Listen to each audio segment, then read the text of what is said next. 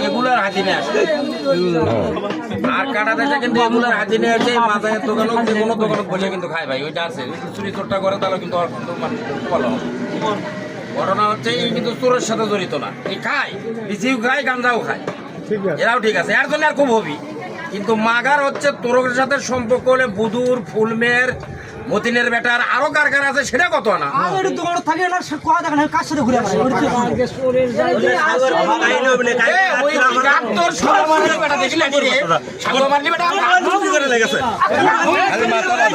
খালি মাথা বাদ দে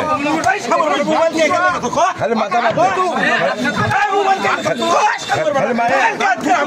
দে